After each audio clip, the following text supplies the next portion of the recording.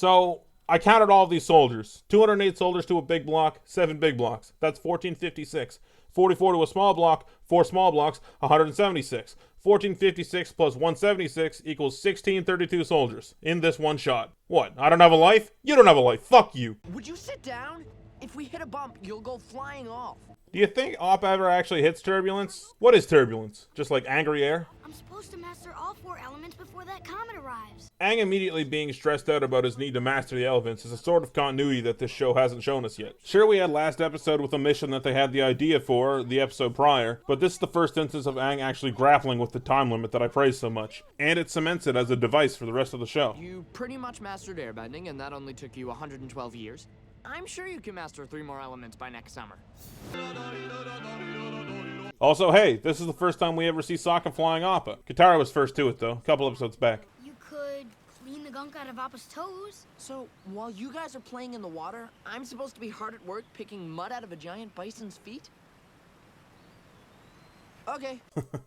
I love Sokka, dude. Yo, look at the Zuko outfit. Damn, you're looking good, bro. The helmsman shown here, and the little back shot we get to see of him in episode 2, do seem to be at least close to the same design. Crazy attention to detail. In the same vein, this guy is the same guy that said the engines were damaged last episode. We need to stop. Zuko's actually got a crew, and it's not just full of Jeans. And if you're really paying attention, this guy's been in a ton of episodes. Whoever the hell he is. Alright, so neither of these two pieces are Irohs, clearly. And then we have Pirate Ship Wheel, and then Heibai, maybe, and then Fire Blast, Comet, Sideways Monkey Face. It's really cool here that you can actually see a little bit of difference between Katara and Aang's forms. Katara looks like she's just leaning back and forth, but Aang has a little bit more of this up and down motion too. You guys think this is a callback to the Sokka thing in the Kyoshi Warriors episode? Sokka was pretty amateur at something new when he was accompanied by out-of-tune strings. Meanwhile, Aang, who gets something right away, gets this little song played really well. I might be thinking too hard though.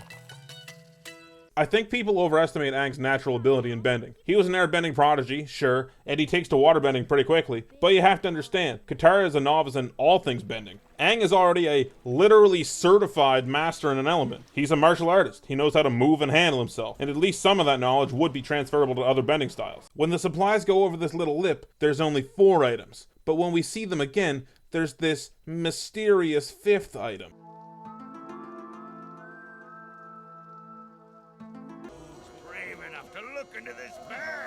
That is the most intimidating challenge I think anyone has ever come up with. Oh, so it was Sokka's bag after all. I'm pretty sure this flag is supposed to be fluttering in the wind, but it's not. Behold, the ruby monkey thing. This shows up in the background of a handful of episodes, and sometimes it doesn't make a whole lot of sense where it actually is. I'm thinking of one in particular. I'm gonna point out all of them, so don't worry.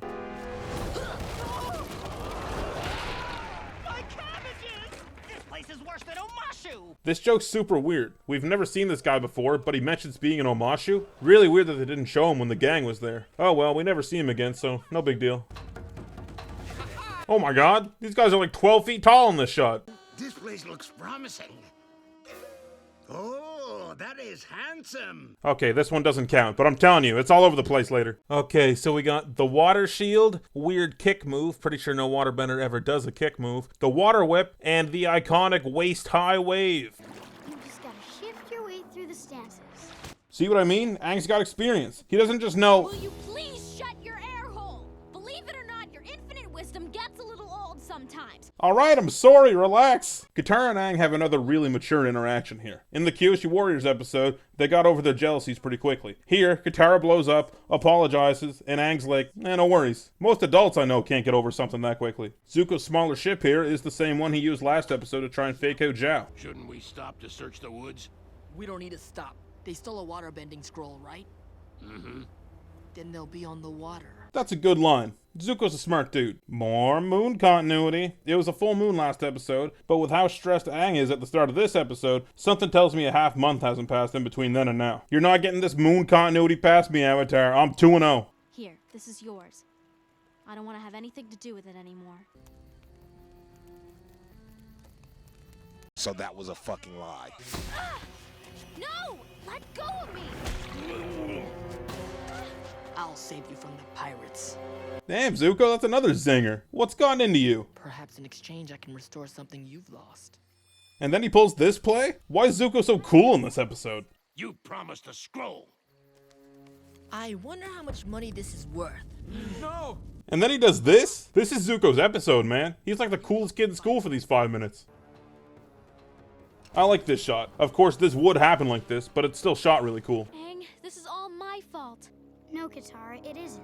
Yeah, Yeah, it it kind of kinda is. is. Oh, right. Hey, who's doing the overanalyzing here? You're really gonna hand over the Avatar for a stupid piece of parchment? Your friend is the Avatar? Sure is.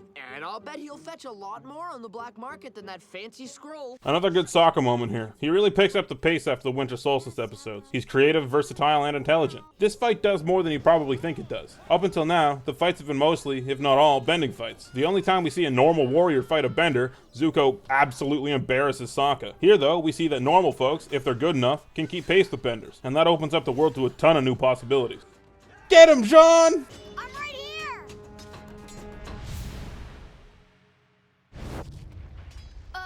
Never mind. Man, I can't get over how good the visual humor is. That's not easy to write. Like, this is a good, funny joke. Are you so busy fighting you cannot see your own ship has set sail? We have no time for your proverbs, Uncle. It's no proverb. And it's followed up by a good dialogue-based joke. More moon continuity. A few hours ago, it was a crescent moon, but here, this guy, who is this guy, has a weird heart tattoo on the back of his head. Oh, I hope you're ready for me to use this That's good.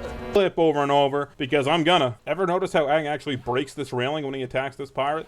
Aang, together! Push and pull the water! It's working! It's slowing down! That's good. I told you I was gonna use it.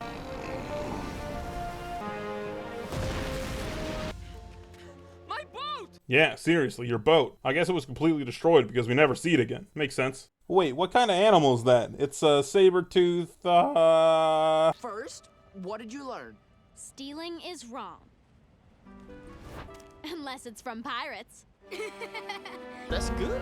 Hey, subscribe if you like the video, and hit like. It feels weird doing this YouTube stuff and saying that stuff. But you guys are cool, right? I can shill to you, right? Surely. Anyway, I feel like this episode is where Avatar starts to find its stride in the comedy department. It's got a bunch of good jokes, and they feel like Avatar jokes. Aang starts waterbending, Sokka gets to be right a lot, and Katara gets a lesson. Good stuff all around. And upon actually looking at it, Zuko was stone cold there for a few minutes. Like, he had some Azula vibes almost. So that's pretty cool to see. Next is Jet, and I might actually have a hot take or two to share in that one, so don't miss it.